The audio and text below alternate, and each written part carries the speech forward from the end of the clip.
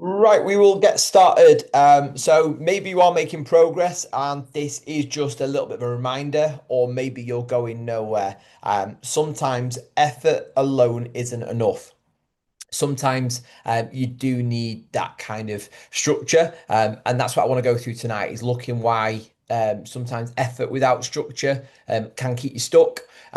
And how to combine strength and endurance properly, and sometimes why recovery might be killing your progress. So as it says here, effort alone sometimes isn't enough. It's about kind of what actually drives progress to make sure that you can succeed.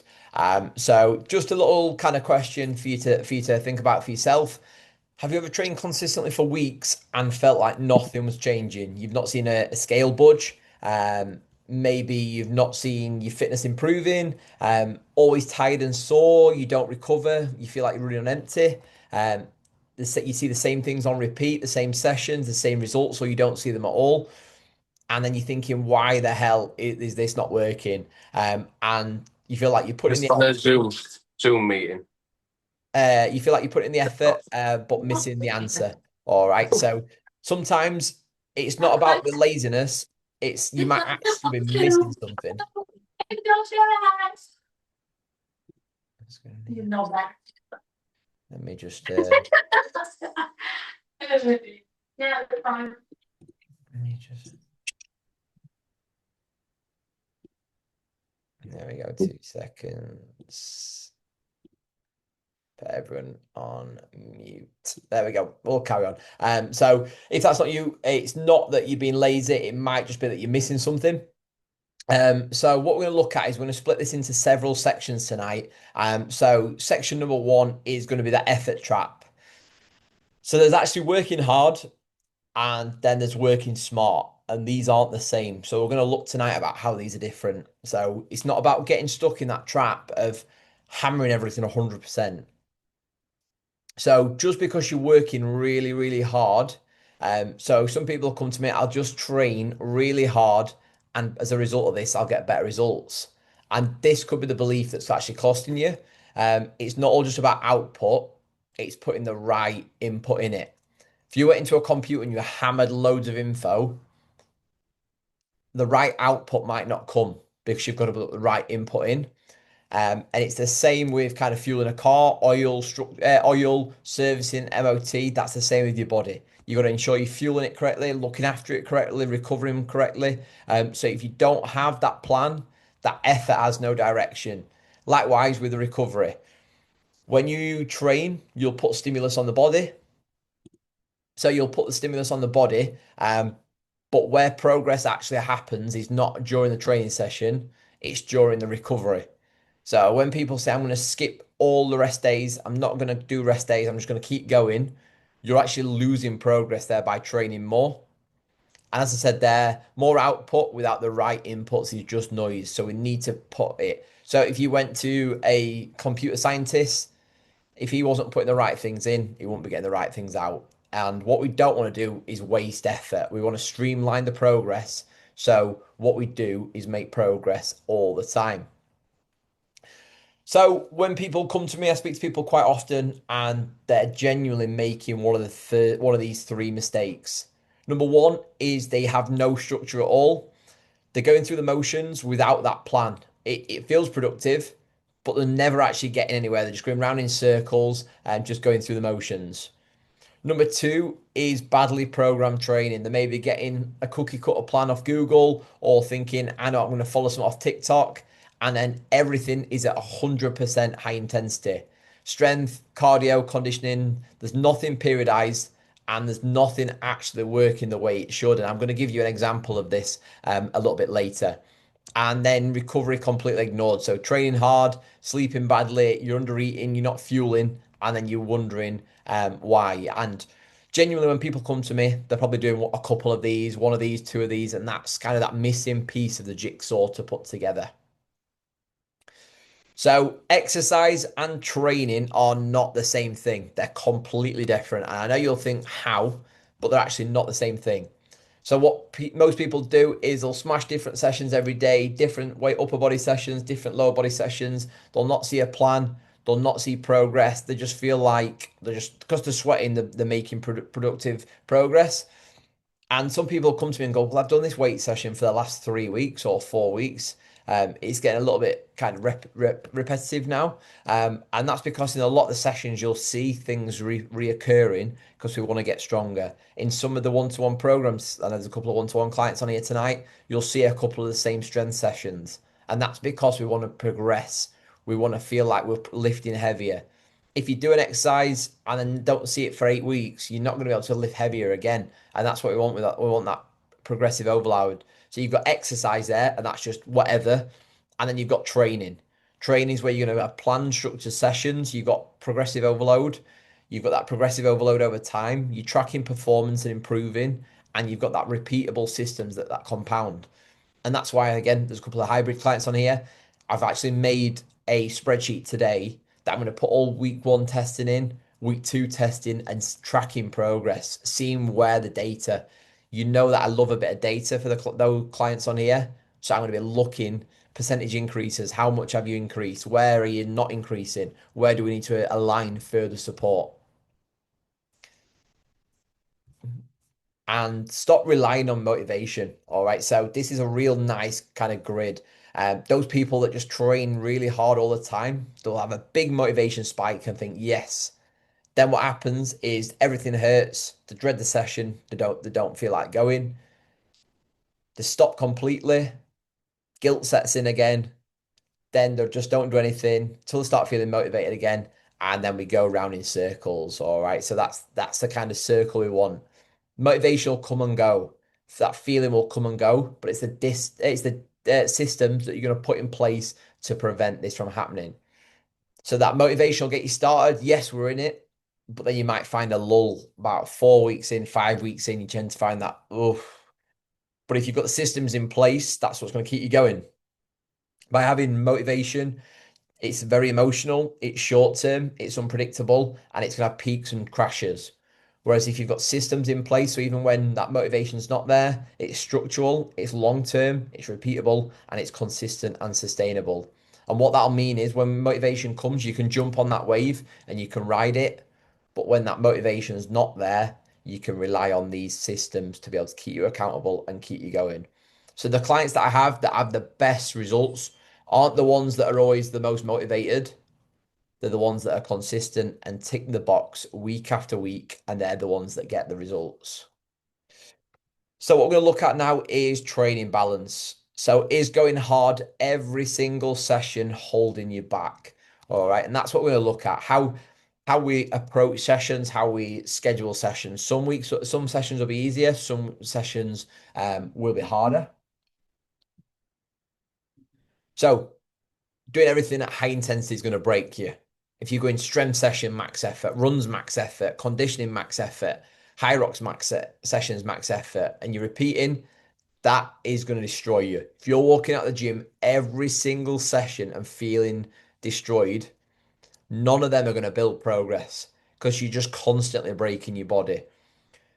Yes, we need to push to progressive overload to see the progress happening, but we don't need to go to 100% every time. This is a big thing that it took me a little bit of a while to get around, and I know it has a couple of clients when we do like Sunday runs or zone 2 runs, or if I program different RPE scales, you'll see RPE 1 to 10. Not everyone will be 10 out of 10. Some will be 7 out of 10. Some will be 6 out of 10.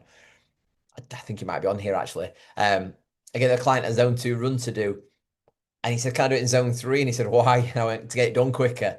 And it made me chuckle. But these zones have been hit for a reason to help recovery, to train the aerobic system, to train the kind of max glycolytic system. You've got different systems that will fuel off different things. And if you just train in zone 5 all the time, zone 2 ain't going to get stronger. So it's about looking across. So if we are going high intensity all the time, you're going to have that constant fatigue. You're not going to have a recovery window. That performance is going to be stuck or it's going to decline. So none of these, even though you're putting 100% effort in every session, you're not actually making progress. So here we go. So like I've just said, not every session should hurt. It's about using a structure Different sessions are going to have different purposes. And that's where, if you are part of the sessions, group sessions, for example, we've got strength sessions that'll be a little bit feel easier, but hard lifting the weights. But then we've got the HIIT stuff, the conditioning, the hybrids. Each one of them is going to have a different effort level. So not everything needs to be 10 out of 10. Some days, on the hard days, you want to push that capacity to build that fitness. Whereas it might be an aerobic zone 2 run, an easier day. That's going to build that aerobic base. The cardiovascular system is going to go stronger, and that's going to promote recovery. It might be a recovery bike, a spin on the bike. It might be that strength session, the resilience, power. And again, like a recovery session there, recovery bike. It could be a really easy run, a walk. In the gaps between the sessions, that's where recovery is going to improve. Your body's going to make the adaptations. If you push that body that little bit further on the hard days, it's going to then recover to be able to do that again. And that's what it is. It's just them little tiny percent marginal gains each time, not trying to smash yourself where you think I'm going to run a 30-minute 5K this week. I'm going to somehow do a 25-minute the week after. It's not going to happen. It's a gradual process over. And when you do it gradually, you're less likely to get injury. I see people trying to scale the distance really, really fast. They get shin splints, they get overload, they get Achilles injuries. And that's because the body is not used to that capacity. What you want to do is just slowly build that in time after time.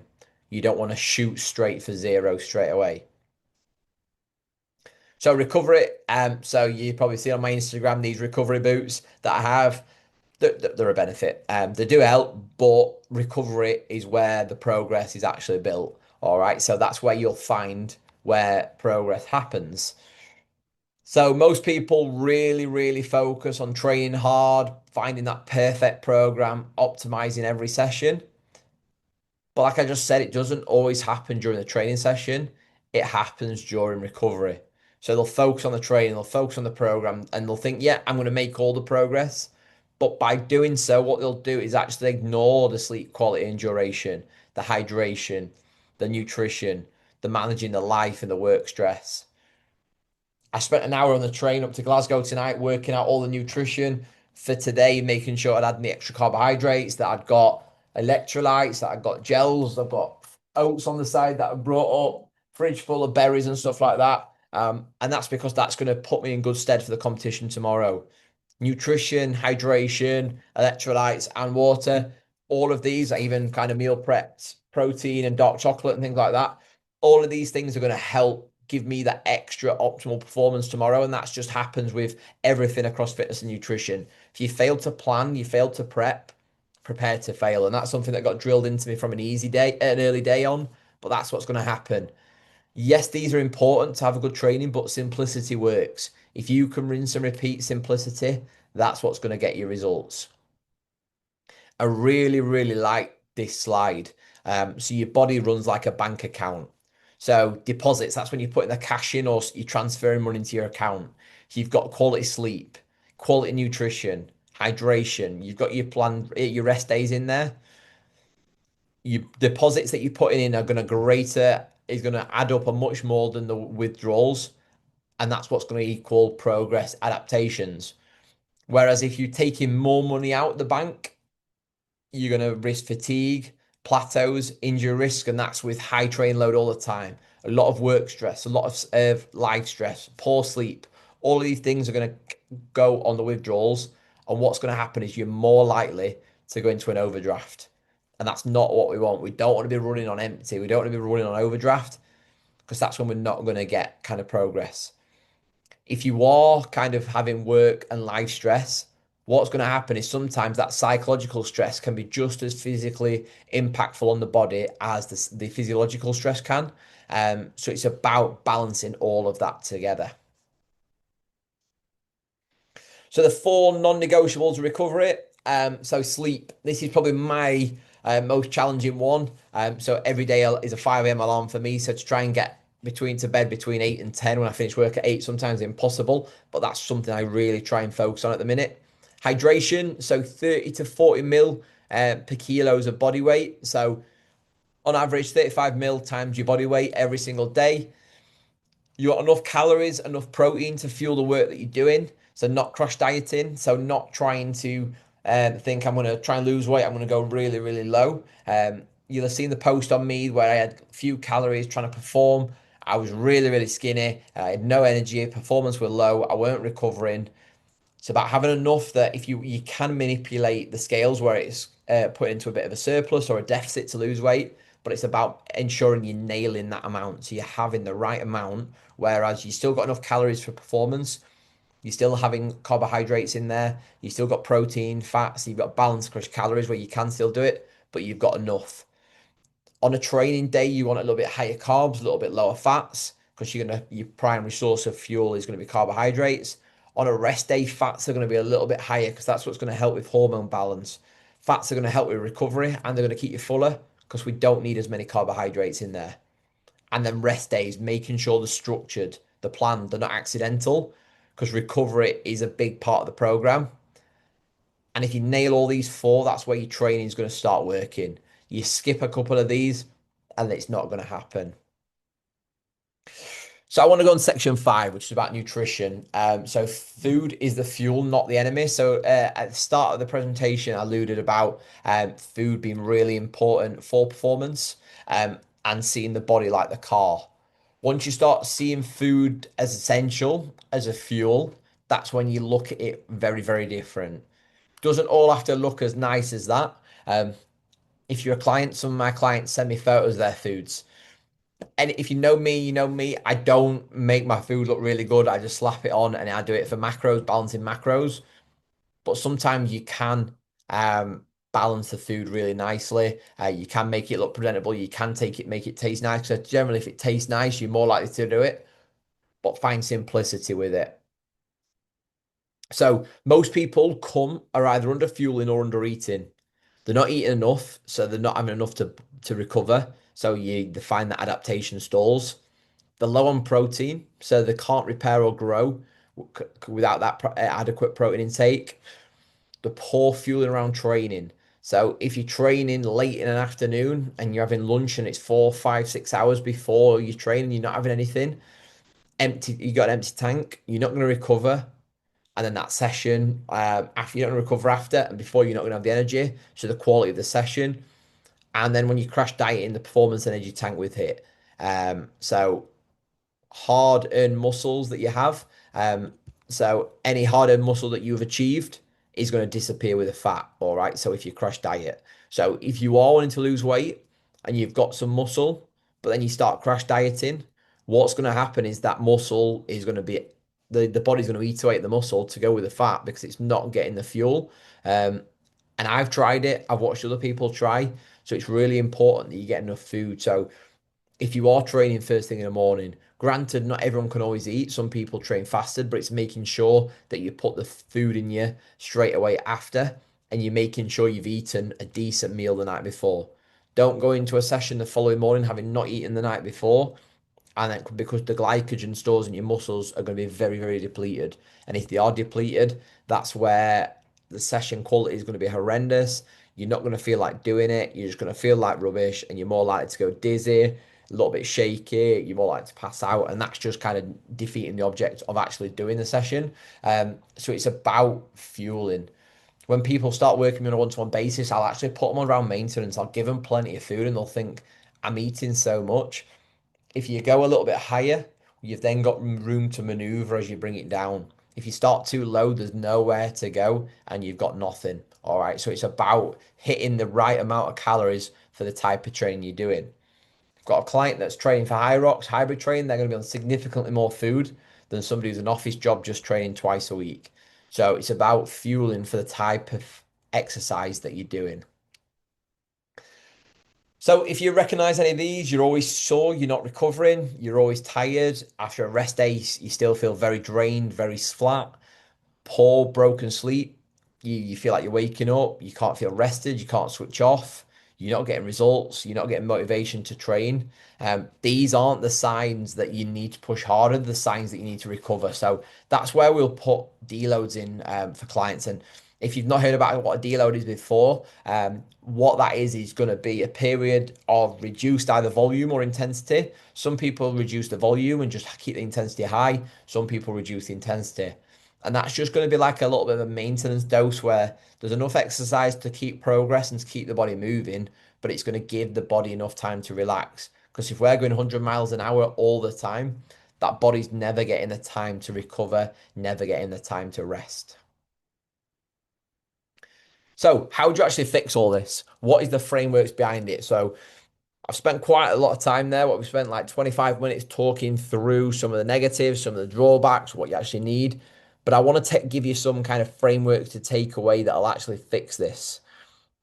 So most people are building from the top down. All right. So we've got a performance pyramid here. So they'll go straight to the top, high intensity sessions, a lot of work, often started too soon, but they neglect all the things at the bottom. So starting with recovery and sleep, that's going to be the foundation. That's going to be the bottom building block. You're then going to have nutrition. That's going to give you the fuel, the performance to kind of fuel the performance and recover. You've then got the training structure. So it's planned, it's progressive, and it's balanced around your lifestyle. And then you put the cherry on top, which is the training. If you try and hammer yourself but don't have everything in before, that cherry is just going to sink straight to the bottom. But if you've layered that trifle up nicely, put that cherry on top, it's going to be much, much better. All right. So they try and fix results by adding harder at the top all the time. But if they haven't got that stable foundation and it's just mush underneath, that's where training is going to suffer. So the people get the results are the ones going to do small daily improvements and they're going to compound. So nobody gets results from a perfect week.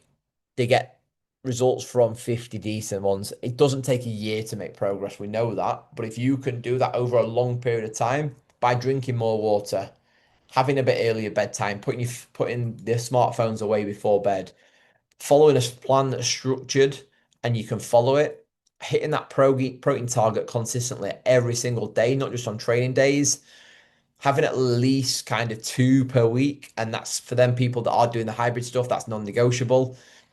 And then tracking progress, logging it, reviewing it, act on it. Are you taking measurements? Are you taking progress photos? Are you tracking your calories? How much you're eating? Are you tracking how much water you're having? Are you recording your habits? These are the things that are going to get you the big results. So a little bit of reflection. I want you to think about what you're going to take away from this. Which do you think is the biggest one that's holding you back? Is it structure where you've got no real plan, just showing up? Is it recovery where you think sleep and rest are being ignored? Is it nutrition? You're not eating enough, or maybe your intake's inconsistent? Or is it the balance? Are you trying to do everything at high intensity? You've got no variation with it. I want you to have a think. Is there anything there that you think you need to improve? Because there'll be some clients already working with me that thinks I actually know I need to be a little bit more honest with the check-ins. There'll be people in here that aren't clients. There'll be people that will be watching this further down the line. Have a think. What is it that you need to take away from this? It's not about training harder all the time. It's about structure. It's about that balanced workload. It's around the recovery and it's around consistency. So if you just high effort all the time without structure, it's just very expensive fatigue that we don't need to be getting. All right. So train harder, train smarter, not just harder. So structure is going to be randomness every day. So if you've just got a steady plan that you're following consistently, will outperform a perfect session that you're winging every single week. Recovery beats grinding.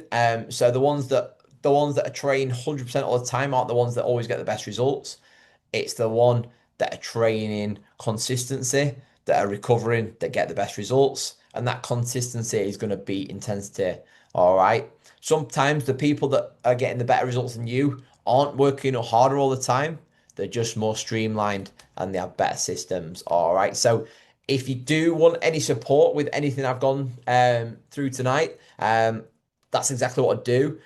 So feel free to follow my Instagram. If you have any questions, it's not a hard sell. Please feel free to contact me. More than happy. My Instagram's on there. People have my WhatsApp or find it on the website, whatever that might be. More than happy to give you some help where that might be. All right. So hope that made sense to people. Hope you got some things to take away from that. So about 27, 28 minutes of there. If you do have any questions, I'll stop recording.